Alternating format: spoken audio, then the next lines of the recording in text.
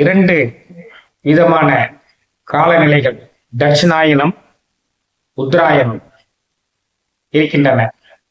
தட்சிணாயனம் 6 மாசம், உத்தராயணம் 6 மாசம், மொத்தம் 12 மாசம். 12 மாசம் நம்ம மானிட பிறவிகளுக்கு, இந்த மனித உலகத்துக்கு 12 மாசம். ஆனா தேவலோகத்தில் உள்ளவர்களுக்கு, வானுலகத்தில் வசிக்கின்ற தேவர்களுக்கு நம்மளுடைய இந்த 12 மாதம் என்பது ஒரு நாள். நம்மளுடைய 365 நாள் அவங்களுக்கு ஒரு நாள். அப்ப இந்த 12 மாதம் சேர்ந்தது அவங்களுக்கு, வானுலக தேவர்களுக்கு ஒரு நாள்.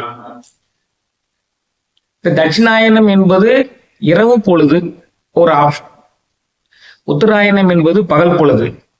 அப்ப இந்த மார்கழி மாதம் என்பது தட்சிணாயனத்தினுடைய கடைசி மாசம்.